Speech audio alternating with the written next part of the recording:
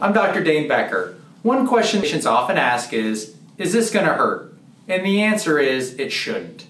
Chiropractic care and acupuncture, when done correctly, is safe and gentle. Some new patients will experience soreness after their first visit, much like after a workout. Soreness usually comes from fixing or correcting more serious problems. Our office does offer some techniques that are a little bit more aggressive, but are used to speed up recovery and are only done with your consent and the understanding of their absolute necessity.